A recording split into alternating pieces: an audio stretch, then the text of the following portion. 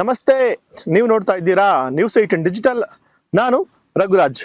ರಾಜ್ಯಾದ್ಯಂತ ಭ್ರಷ್ಟಾಚಾರಗಳಿಗೆ ಸಿಂಹ ಸ್ವಪ್ನ ಆಗಿರ್ತಕ್ಕಂಥ ಲೋಕಾಯುಕ್ತ ತನಿಖಾ ಸಂಸ್ಥೆ ಅದೆಷ್ಟೋ ಭ್ರಷ್ಟ ಅಧಿಕಾರಿಗಳನ್ನ ಇಲ್ಲಿವರೆಗೂ ಕೂಡ ಕೆಡ್ಡಕ್ಕೆ ಬೀಳಿಸುವಂತ ನಿಟ್ಟಿನಲ್ಲಿ ಯಶಸ್ವಿ ಆಗಿರ್ತಕ್ಕಂಥದ್ದು. ಪ್ರಮುಖವಾಗಿ ಕೋಲಾರ ಜಿಲ್ಲೆಯಲ್ಲಿ ಅದೆಷ್ಟೋ ಯಶಸ್ವಿ ಆಗಿರ್ತಕ್ಕಂಥ ದಾಳಿಗಳನ್ನ ಮಾಡಿರ್ತಕ್ಕಂಥ ಲೋಕಾಯುಕ್ತ ಅಧಿಕಾರಿಗಳು ಎಲ್ಲಾ ಇಲಾಖೆಯ ಅಧಿಕಾರಿಗಳನ್ನು ಕೂಡ, ಅಂದ್ರೆ ಯಾರೆಲ್ಲ ಲಂಚಕ್ಕೆ ಬೇಡಿಕೆ ನೀಡ್ತಾರೋ, ಯಾರೆಲ್ಲ ಸಾರ್ವಜನಿಕರನ್ನ ಪೀಡಿಸ್ತಾರೋ ಅಂತ ಅಧಿಕಾರಿಗಳನ್ನ ಈಗಾಗಲೇ ಕೆಡ್ಡಕ್ಕೆ ಬೀಳಿಸುವಂತ ನಿಟ್ಟಿನಲ್ಲಿ ಯಶಸ್ವಿ ಆಗಿರ್ತಕ್ಕಂಥದ್ದು ನಾವು ಗಮನಿಸಬಹುದು. ಇತ್ತೀಚೆಗೆ ಕೋಲಾರ ಜಿಲ್ಲೆಯ KGF ಪೊಲೀಸ್ ಇಲಾಖೆಗೆ ಸೇರುವಂತಹ ಬೂದಿಕೋಟೆ ಪೊಲೀಸ್ ಠಾಣೆಯಲ್ಲಿ ಸಬ್ ಇನ್ಸ್ಪೆಕ್ಟರ್ ಒಬ್ಬರು ಸ್ಥಳೀಯರಾಗಿರ್ತಕ್ಕಂಥ ಬೈಕ್ ಸವಾರನೊಬ್ಬರಿಗೆ ಕಿರುಕುಳ ಕೊಟ್ಟಂತಹ ಒಂದು ವಿಚಾರದಲ್ಲಿ ಅಲ್ಲಿರ್ತಕ್ಕಂಥ ಸಬ್ ಇನ್ಸ್ಪೆಕ್ಟರ್ ಮೇಲೆನೆ ಲೋಕಾಯುಕ್ತ ಇಲಾಖೆ ಅಧಿಕಾರಿಗಳು ಒಂದು ದಾಳಿಯನ್ನ ಮಾಡಿ ಆ ಒಂದು ಅಧಿಕಾರಿಯನ್ನ ಜೈಲಿಗೆ ಕಳಿಸುವಂತ ಕೆಲಸವನ್ನು ಮಾಡಿದ್ರು.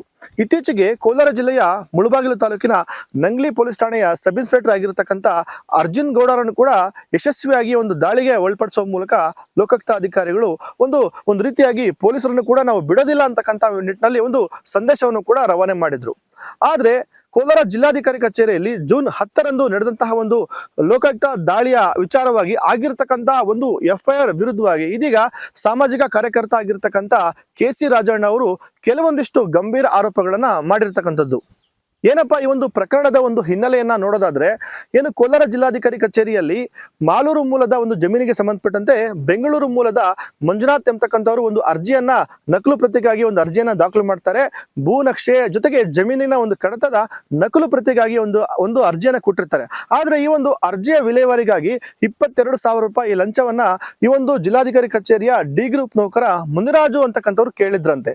ಈ ನಿಟ್ಟಿನಲ್ಲಿ ಡಿ ಗ್ರೂಪ್ ನೌಕರ ಮುನಿರಾಜು ಅವರು ಜೊತೆಗೆ ಶಿರಸ್ತೇದಾರಾಗಿರ್ತಕ್ಕಂಥ ಚಂದ್ರಪ್ಪ ಅವರು ಈ ಒಂದು ಹಣವನ್ನ ಸ್ವೀಕಾರ ಮಾಡುವಂತ ಸಮಯದಲ್ಲಿ ಜೂನ್ 10ರಂದು ಲೋಕಾಯುಕ್ತ ಇಲಾಖೆ ಅಧಿಕಾರಿಗಳು ಕೋಲಾರದ SP ಆಗಿರ್ತಕ್ಕಂಥ ಧನಂಜಯ ಅವರ ನೇತೃತ್ವದಲ್ಲಿ ಒಂದು ದಾಳಿಯನ್ನ ಮಾಡಿ ಯಶಸ್ವಿಯಾಗಿ ಆ ಒಂದು ಇಬ್ಬರ ಅಧಿಕಾರಿಗಳನ್ನು ಕೂಡ ಅವತ್ತು ಒಂದು ವಶಕ್ಕೆ ಪಡೆದು ವಿಚಾರಣೆಯನ್ನು ಕೂಡ ಮಾಡಿರ್ತಾರೆ. ಆದ ನಂತರ ಆದಂತಹ ಬೆಳವಣಿಗೆಯಲ್ಲಿ ಕೋಲಾರದ ಜಿಲ್ಲಾಧಿಕಾರಿ ಕಚೇರಿಯ FDA ನೌಕರ ಆಗಿರ್ತಕ್ಕಂಥ ಅಜಯ್ ಕುಮಾರ್ ಅವರ ಮೇಲೆ ಕೂಡ ಒಂದು ಪ್ರಕರಣ ದಾಖಲಾಗುತ್ತೆ. ಇದೇ ಒಂದು ಘಟನೆಗೆ ಸಂಬಂಧಪಟ್ಟಂತೆ ಅಜಯ್ ಕುಮಾರ್ ಅವರನ್ನ ಮೊದಲನೇ ಆರೋಪಿಯನ್ನಾಗಿ ಮಾಡ್ತಾರೆ. ಜೊತೆಗೆ ಎರಡನೇ ಆರೋಪಿಯನ್ನಾಗಿ ಚಂದ್ರಪ್ಪ ಅವರನ್ನ ಮಾಡ್ತಾರೆ. ಮೂರನೇ ಆರೋಪಿಯನ್ನಾಗಿ ಮುನ್ರಾಜು ಅವರನ್ನು ಮಾಡ್ತಾರೆ. ಆದ್ರೆ ಸ್ಥಳದಲ್ಲೇ ಇಲ್ದಂತಹ ಅಜಯ್ ಕುಮಾರ್ ಅವರ ಮೇಲೆ ವಿನಾಕಾರಣ ಒಂದು ದೂರನ್ನ ದಾಖಲು ಮಾಡಿದ್ದಾರೆ. ಹಾಗಾಗಿನೇ ಇದು ಎಲ್ಲೊಂದ್ ಕಡೆ ಅವರನ್ನ ಒಂದು ಟಾರ್ಗೆಟ್ ಮಾಡ್ತಕ್ಕಂಥ ಒಂದು ಕೆಲಸ ಅಂತಕ್ಕಂಥ ನಿಟ್ಟಿನಲ್ಲಿ ಇದೀಗ RTI ಕಾರ್ಯಕರ್ತ ಆಗಿರ್ತಕ್ಕಂಥ KC ರಾಜಣ್ಣ ಅವರು ಆರೋಪ ಮಾಡಿರ್ತಕ್ಕಂಥದ್ದು. ಅದರಲ್ಲೂ ಪ್ರಮುಖವಾಗಿ ಇನ್ನೇನು ಕೆಲವೇ ದಿನಗಳಲ್ಲಿ ನಿವೃತ್ತಿ ಆಗ್ತಕ್ಕಂಥ ಕೋಲಾರ ಲೋಕಾಯುಕ್ತ SP ಆಗಿರ್ತಕ್ಕಂಥ ಧನಂಜಯ ಅವರು ಅವರನ್ನೇ ಟಾರ್ಗೆಟ್ ಮಾಡಿ ಅವರನ್ನ ಈ ಒಂದು ಪ್ರಕರಣದಲ್ಲಿ ಮೊದಲನೇ ಆರೋಪಿಯನ್ನಾಗಿ ಮಾಡಿದ್ದಾರೆ. ಅವರ ಹಿನ್ನೆಲೆ ಕೂಡ ಇದೇ ಆಗಿರುತ್ತೆ. ಹಾಗಾಗಿ ಅವರನ್ನ ಈ ಒಂದು ಪ್ರಕರಣದಲ್ಲಿ ಮೊದಲನೇ ಆರೋಪಿಯನ್ನಾಗಿ ಮಾಡಿರ್ತಾರೆ ಅಂತಕ್ಕಂಥದ್ದು ಅವರ ಒಂದು ಆರೋಪವಾಗಿದೆ. ಆದ್ರೆ ಸ್ಥಳದಲ್ಲೇ ಇಲ್ಲದೆ ಇರತಕ್ಕಂಥ ಅಜಯ್ ಕುಮಾರ್ ಅವ್ರ ಮೇಲೆ ಲೋಕಾಯುಕ್ತ ಅಧಿಕಾರಿಗಳು ಯಾವ ಒಂದು ಕಾರಣಕ್ಕೆ ಅವ್ರನ್ನ ಈ ಪ್ರಕರಣದಲ್ಲಿ ಸೇರಿಸಿ ಮೊದಲನೇ ಆರೋಪಿಯನ್ನಾಗಿ ಮಾಡಿದ್ದಾರೆ. ಖಂಡಿತ ಇದಕ್ಕೆ ಲೋಕಾಯುಕ್ತ ಅಧಿಕಾರಿಗಳು ತನಿಖೆಯ ನಂತರವಷ್ಟೇ ಇದಕ್ಕೆ ಉತ್ತರ ಕೊಡಕ್ಕೆ ಸಾಧ್ಯವಾಗುತ್ತೆ. ಏನು ಅಂತ ಹೇಳಿದ್ರೆ ಈ ಒಂದು 22,000 ರೂಪಾಯಿ ಲಂಚವನ್ನ ಪಡಿತಕ್ಕಂಥ ವಿಚಾರ ಮಂಜುನಾಥ್ ಎಂಬತಕ್ಕಂಥವರಿಂದ ಲಂಚವನ್ನ ಪಡಿತಕ್ಕಂಥ ನಿಟ್ಟಿನಲ್ಲಿ ಮುನಿರಾಜು ಅವರಿಗೆ ಸೂಚನೆ ಕೊಟ್ಟಿದ್ದೇನೆ ಅಜಯ್ ಕುಮಾರ್ ಅಂತಕ್ಕಂಥ ನಿಟ್ಟಿನಲ್ಲಿ ಈಗಾಗಲೇ FIR ಅಲ್ಲಿ ಅಧಿಕಾರಿಗಳು ದಾಖಲನ್ನು ಕೂಡ ಮಾಡಿರ್ತಕ್ಕಂಥದ್ದು. ಈ ನಿಟ್ಟಿನಲ್ಲಿ ಭೂ ದಾಖಲೆಗಳ ಇಲಾಖೆಗಳಲ್ಲಿ ಕೆಲವೊಂದು ದಾಖಲೆಗಳನ್ನ ನೀಡಬೇಕಾದ್ರೆ ಖಂಡಿತ ಜಿಲ್ಲಾಧಿಕಾರಿ ಕಚೇರಿಯಲ್ಲಿ ದುಡ್ಡನ್ನ ಕೊಡ್ಬೇಕಾಗುತ್ತೆ ಅಂತಕ್ಕಂಥ ನಿಟ್ಟಿನಲ್ಲಿ ಹಿಂದೆಲ್ಲ ಒಂದು ಆರೋಪಗಳಿತ್ತು. ಇದೀಗ ಅದು ಕೂಡ ಈಗ ಸತ್ಯವಾಗ್ತಾ ಬರ್ತಾ ಇರುವಂತದ್ದು. ಯಾಕಂತ ಹೇಳಿದ್ರೆ ಜಿಲ್ಲಾಧಿಕಾರಿ ಕಚೇರಿಯಲ್ಲಿ ಇದು ಮೊದಲನೇ ಒಂದು ದಾಳಿ ಏನಲ್ಲ, ಈ ಹಿಂದೆ ಕೂಡ 2-3 ದಾಳಿಗಳು ನಡೆದಿತ್ತು. ಆಗ ಕೂಡ ಲಕ್ಷಾಂತರ ರೂಪಾಯಿ ಹಣ ಕೂಡ ಲೋಕಾಯುಕ್ತ ಅಧಿಕಾರಿಗಳು ತಮ್ಮ ಒಂದು ವಶಕ್ಕೆ ಪಡ್ಕೊಂಡಿದ್ರು. ಈ ನಿಟ್ಟಿನಲ್ಲಿ FDA ಉದ್ಯೋಗಿ ಆಗಿರ್ತಕ್ಕಂಥ ಅಜಯ್ ಕುಮಾರ್ ಅವರು ಈಗಾಗಲೇ ಕೋಲಾರ ಜಿಲ್ಲಾ ಸರ್ಕಾರಿ ನೌಕರರ ಸಂಘದ ಅಧ್ಯಕ್ಷರು ಕೂಡ ಆಗಿದ್ದಾರೆ. ಈ ನಿಟ್ಟಿನಲ್ಲಿ ಅವರನ್ನ ಗುರಿಯಾಗಿಸಿ ಒಂದು ದಾಳಿಯನ್ನ ಮಾಡಿ ಅವರ ಮೇಲೆ ದುರುದ್ದೇಶ ಪೂರ್ವಕವಾಗಿ ಒಂದು ದೂರನ್ನ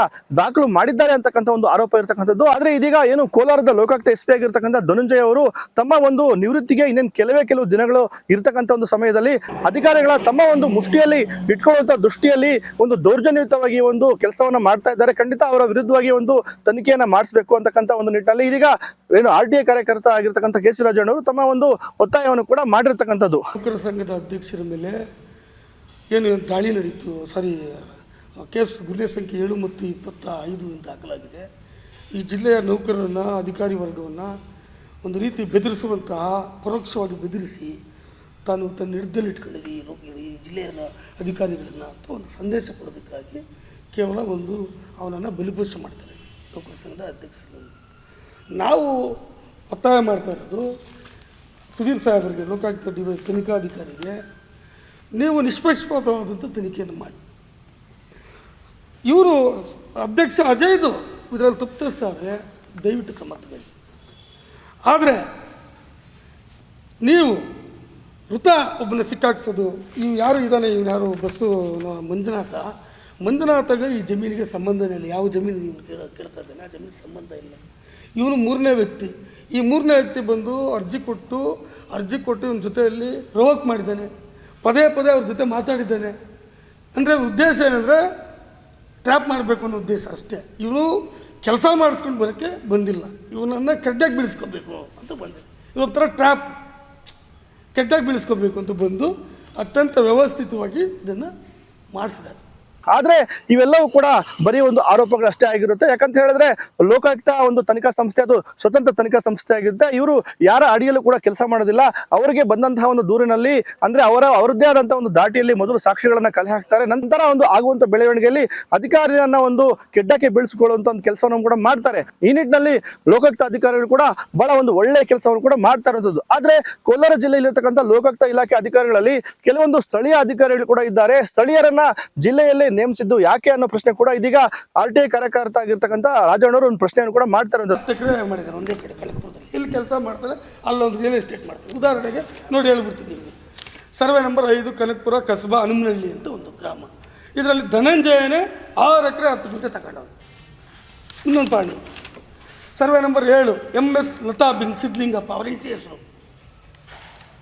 ಅದಾದಮೇಲೆ ಇನ್ನೊಂದು 8 ಸರ್ವೆ ನಂಬರ್ ಲತಾ ಧನಂಜಯ, ಆಮೇಲೆ ಲತಾ ಧನಂಜಯ, ಅಲ್ಲೇ 10 ಎಕರೆ ನೆಲಮಂಗಲದಲ್ಲಿ ಮಾಡಿದ್ರು, ಕೋಲಾರದಲ್ಲಿ ಮಾಡೋದು. ಇವನು ದಂಧೆ ಮಾಡಿಕೊಂಡು ಕೂತ ಇಂಥವನ್ನ ಪ್ರಶ್ನೆ ತಗೊಂಬಂದು ಇಲ್ಲಿ ಭ್ರಷ್ಟಾಚಾರ ನಿಗ್ರಹ ಮಾಡೋದು, ಭ್ರಷ್ಟಾಚಾರ ಮಾಡೋದು ತಗೊಂಬಂದು ಉದಾಹರಣೆ 10 ಎಕರೆ ಬರೀ ಒಂದು ತಾಲೂಕಲ್ಲಿ ಕಸ್ಬಾ ಹೋಗಿ ಅಲ್ಲಿ ರಾಮನಗರದಲ್ಲಿ DSP ಆಗಿದ್ದ ಇವನು. ಸಾಕ್ಷಿದ್ರೆ ವೀರಪ್ಪ ಸಾಹೇಬರು ತನಿಖೆಗೆ ಆದೇಶ ಮಾಡಲಿ, ಷಡ್ಯಂತ್ರ ಮಾಡಿ ಸಿಕ್ಕಾಕ್ಸ್ಬೇಕು ಅಂತ ಹುನ್ನಾರ ಅಷ್ಟೇ, ಸಿಂಪಲ್.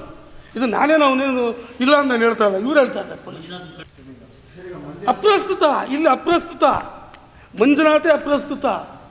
ಅದಂಗ ಮಂಜುನಾಥ್ ಮಾಡ್ತಾನೆ, ಈ ಪ್ರಕರಣ ಉಳಿಯೋದಿಲ್ಲ. ನಾವು ಇದನ್ನು ಕಾನೂನಾತ್ಮಕ ಹೋರಾಟ ಮಾಡ್ತೀವಿ, ಬಿಡೋದಿಲ್ಲ ಇದನ್ನು. ಈ ನಿಟ್ಟಿನಲ್ಲಿ ಲೋಕಾಯುಕ್ತರು ಜೊತೆಗೆ ಉಪಲೋಕಾಯುಕ್ತರು ಈ ಬಗ್ಗೆ ಒಂದು ಖಂಡಿತ ಗಮನ ಹರಿಸಬೇಕಾಗಿದೆ ಅಂತಕ್ಕಂಥ ಒತ್ತಾಯವನ್ನು ಕೂಡ ಇದೀಗ RTI ಕಾರ್ಯಕರ್ತ ಆಗಿರ್ತಕ್ಕಂಥ ರಾಜಣ್ಣವರು ಮಾಡ್ತಾ ಇರುವಂತದ್ದು. ಒಟ್ಟಾರೆಯಾಗಿ ನಾವು ಗಮನಿಸಬಹುದು, ಕೋಲಾರ ಜಿಲ್ಲೆ ಸೇರಿದಂತೆ ರಾಜ್ಯಾದ್ಯಂತ ಲೋಕಾಯುಕ್ತ ತನಿಖಾ ಸಂಸ್ಥೆ ಬಹಳಷ್ಟು ಯಶಸ್ವಿ ಕಾರ್ಯಾಚರಣೆಗಳನ್ನು ಮಾಡಿದೆ. ಭ್ರಷ್ಟ ಅಧಿಕಾರಿಗಳನ್ನು ಈಗಾಗಲೇ ಕೆಡ್ಡಾಕೆ ಬೀಳಿಸಿಕೊಳ್ಳುವಂತ ನಿಟ್ಟಿನಲ್ಲಿ ಲೋಕಾಯುಕ್ತ ಅಧಿಕಾರಿಗಳು ಯಶಸ್ವಿಯನ್ನಾಗಿದ್ದಾರೆ. ಆದ್ರೆ ಈ ಒಂದು ತನಿಖೆಯ ಒಂದು ಮಾದರಿ ಆಗಿರ್ಬೋದು, ತನಿಖೆಯ ಒಂದು ವಿಧಾನ ಅದು ದುರುಪಯೋಗ ಆಗಬಾರ್ದು ಅಂತಕ್ಕಂಥ ಒಂದು ನಿಟ್ಟಿನಲ್ಲಿ ಇದೀಗ ಬಹಳಷ್ಟು ಒಂದು ಚರ್ಚೆಗಳು ಕೂಡ ಆಗ್ತಾ ಇರುವಂತದ್ದು. ರಘುರಾಜ್, News 18, ಕೋಲಾರ.